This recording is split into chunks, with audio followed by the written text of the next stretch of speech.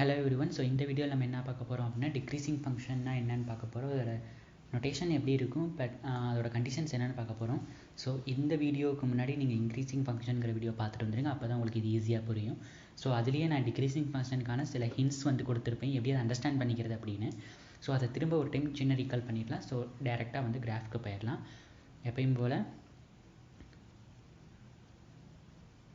இது எரேஸ் பண்ணிடுறேன். ஹெட்டிங்கை decreasing function அப்படிங்கிறது இப்போ இந்த வீடியோக்கான ஹெட்டிங். ஸோ அதுக்கு முன்னாடி இந்த வீடியோவை இந்த சேனலை சப்ஸ்கிரைப் பண்ணிடுங்க. அப்போ தான் டெய்லி போஸ்ட் பண்ணுற வீடியோ உங்களுக்கு நோட்டிஃபிகேஷன்லேயே வரும், நீங்கள் ஈஸியாக பார்த்துக்கவும் செய்யலாம். ஓகே, இப்போது இன்க்ரீசிங் ஃபங்க்ஷனில் பார்த்தோம், ஒரு அசம்ஷனாக நீங்கள் போடக்கூடிய வெர்டிக்கல் லைன். தட் மீன்ஸ் இப்படி ஒரு கிராஃப் இருக்குது அப்படின்னா, ஓகே, நீங்கள் ஒரு வெர்டிக்கல் லைனை இந்த இடத்துலேருந்து இப்படி ஷிஃப்ட் பண்ணுறீங்க. ஷிஃப்ட் பண்ணும்போது அந்த கிராஃப் மேலே போச்சுன்னா இன்க்ரீசிங் அண்ட் கீழே வந்ததுன்னா டிக்ரீசிங் ஷார்ட்டாக ஞாபகம் வச்சுக்கிறதுக்கு. ஸோ அது அப்படி ஞாபகம் வச்சுக்கலாம். ஸோ நம்ம அதுக்கு மேத்தமெட்டிக்கலாக சில கண்டிஷன்ஸ் இருக்குது. அந்த கண்டிஷன்ஸை சாட்டிஸ்ஃபை பண்ணிச்சு அப்படின்னா அது டிக்ரீசிங் ஃபங்க்ஷன் சொல்கிறோம். ஸோ நெய்தர் டிக்ரீசிங் நார் இன்க்ரீசிங் ஃபங்க்ஷனை ஆல்ரெடி நம்ம முன்னாடி இன்க்ரீசிங் வீடியோலேயே நம்ம சொல்லியாச்சு. ஸோ இதில் அதுக்கான ஸ்ட்ரெயிட்டாக ஒரு கிராஃபுக்கு போவோம். ஃபார் எக்ஸாம்பிள், இது எக்ஸ் ஆக்சிஸ் அண்ட் ஒய் ஆக்சிஸ்ன்னு வச்சுப்போம். ஓகே, இப்போது ஒரு கிராஃப் இப்படி வருதுன்னு வச்சுப்போம். ஸோ அந்த இன்க்ரீசிங் ஃபங்க்ஷனில் சொன்ன மாதிரியே டிக்ரீசிங் ஃபங்க்ஷனுக்கும் நம்ம டொமைன் ஆஃப் த ஃபங்க்ஷன் ரொம்ப ரொம்ப இம்பார்ட்டன்ட். ஃபார் எக்ஸாம்பிள், இப்போது நீங்கள் -∞ இருந்து இந்த இடம் வரையில் பார்த்தீங்க அப்படின்னாக்கா இது டிக்ரீஸ் ஆகுது. அப்போ டிக்ரீசிங் 1. ஸோ இந்த இடத்துல இருந்து, தட் மீன்ஸ் இந்த பாயிண்ட்டை ஒரு ஏன்னு வச்சுப்போம். ஏலேருந்து பிங்கிற இன்டர்வலில் பார்த்தீங்கன்னா function neither increasing not decreasing. So after இந்த பிங்கிற இன்டர்வல்லேருந்து அப்படியே போய்கிட்டே இருக்குது, +∞ இந்த கிராஃப் போயிட்டே இருக்குது அப்படின்னா, ஸோ அப்போ இந்த கிராஃப் டிக்ரீசிங் ஃபங்க்ஷன். ஓவராலாக பார்த்தோம் அப்படின்னாக்க உங்களுக்கு at the end of the point இது அப்படியே டிக்ரீஸ் ஆகிட்டே போகிறனால இது டிக்ரீசிங் ஃபங்க்ஷன் சொல்லிடுறோம். ஓகே,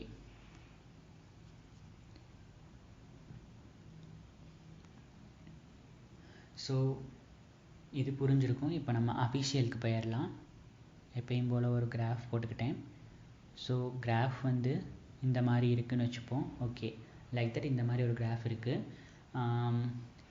இந்த கிராஃப்க்கு நான் என்ன கொடுக்குறேன் அப்படின்னா y =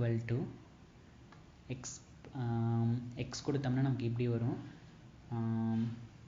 ஓகே, இது y = இந்த பாயிண்ட்டை 2ன்னு வச்சுப்போம்.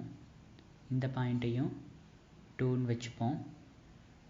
வேணாம், இது கொஞ்சம் கஷ்டமாக இருக்கும், ஈஸியானதே போடுவோம். இதையும் நான் எரேஸ் பண்ணேன், சாரி வேணாம், நம்ம இதை மூவ் பண்ணிக்கலாம். ஓகே, இது எக்ஸ் ஆக்சிஸ் அண்ட் இது ஒய் ஆக்சிஸ்.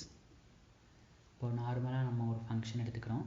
ஸோ இந்த மாதிரி ஒரு கிராஃப் எடுத்துப்போம், y = -x அப்படிங்கிற கிராஃப். நான் அது போட்டிருப்பேன், பட் ஆனால் அது உங்களுக்கு கொஞ்சம் குழப்பற மாதிரி இருக்கும். இன்ட்ரோ ஃபஸ்ட் டைம் இந்த வீடியோ பார்க்குறீங்கன்னா உங்களுக்கு குழப்பிடும், அதனால் நான் ஈஸியான ஃபங்க்ஷன் எடுத்துக்கிட்டேன், y = -x அப்படின்னு எடுத்துக்கிட்டேன். ஸோ இதில் பார்த்தோம்னாக்க சேம் இன்க்ரீசிங் ஃபங்க்ஷன் மாதிரி நான் x1 இங்கே எடுத்துக்கிட்டேன் அண்ட் x2 இங்கே எடுத்துக்கிட்டேன். இது x1ங்கிற பாயிண்ட், இது x2ங்கிற பாயிண்ட்டு. இதுக்கு ஃபேவரான f(x1) இங்கே இருக்கும் y ஆக்சிஸில், இதுக்கு ஃபேவரானது இந்த இடத்துல இருக்கும்.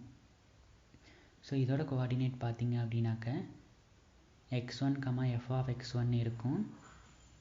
அண்ட் இதோட கோஆர்டினேட்னா x2, f(x2) இருக்கும். ஃபார் எக்ஸாம்பிள், எக்ஸோட வேல்யூ 1ன்னு எடுத்துக்கிறேன், x2ஓட வேல்யூ 2ன்னு எடுத்துக்கிறேன். ஸோ அப்போ y = -xங்கிற ஃபங்க்ஷன் அப்படிங்கிறனால இந்த கோஆர்டினேட் எப்படி இருக்கும் அப்படின்னாக்க 1, -1ன்னு இருக்கும். எனக்கு x 1, x இன்புட் வேல்யூ இங்கே கொடுத்தீங்கன்னா ஒய்யோட வேல்யூ -1 வந்துடும், இந்த இடத்துல கொடுக்கணும். அண்ட் இந்த கோஆர்டினேட் பார்த்தீங்கன்னாக்க 2, -2 அப்படின்னு வந்துடும்.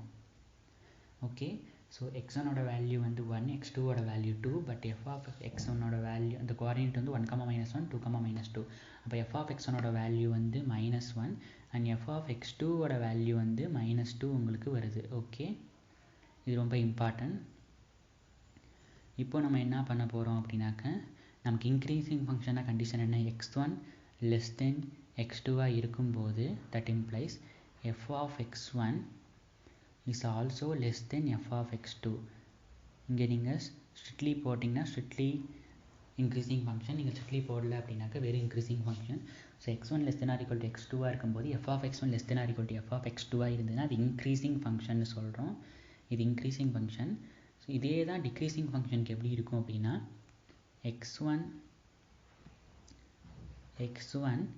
less than or equal to x2 இருக்கும்போது இங்கே ஒரே ஒரு சேஞ்ச் என்னன்னா f of x1 is greater than or equal to f of x2 இருக்கும். அங்கே இதுவும் less than or equal to இங்கே less than or equal to வரும். பட் ஆனால் டிக்ரீசிங் ஃபங்க்ஷனில் இந்த இடத்துல greater than or equal to அப்படியே அந்த இன்இக்வாலிட்டி வந்து மாறி வரும். அதுதான் டிஃப்ரெண்ட்டு. ஸோ நம்ம மேலே பார்த்த அந்த எக்ஸாம்பிளுக்கு இதை நான் வச்சு விளக்குறேன்.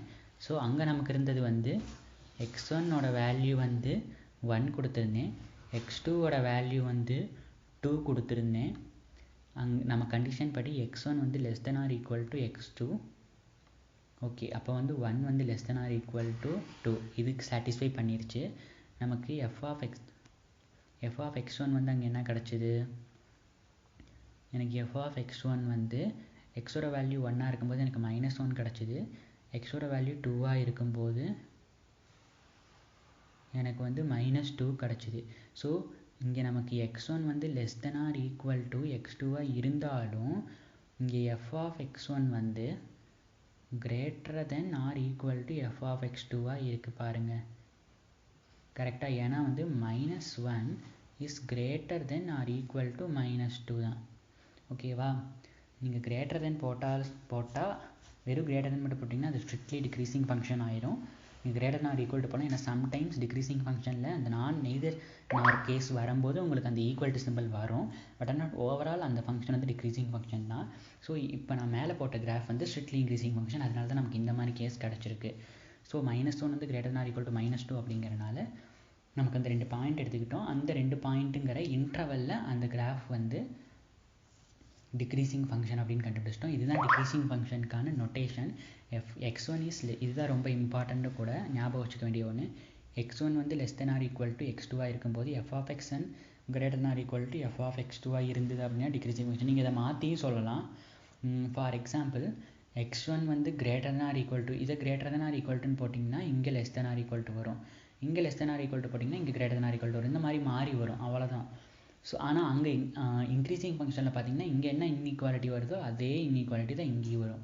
ஸோ இதுதான் அதுக்கான டிஃப்ரென்ஸ். அண்ட் அதுக்கான கிராஃபிங் போட்டு காமிச்சிட்டேன். ப்ளஸ் நெய்தர் நார் கேஸையும் நான் சொல்லிட்டேன். ஸோ இந்த வீடியோ அவ்வளோதான். ஸோ இந்த வீடியோ பிடிச்சிருந்ததுன்னா சேனல் சப்ஸ்கிரைப் பண்ணிடுங்க, உங்கள் ஃப்ரெண்ட்ஸ்க்கும் ஷேர் பண்ணிடுங்க. தேங்க்யூ ஃபார் வாட்சிங்.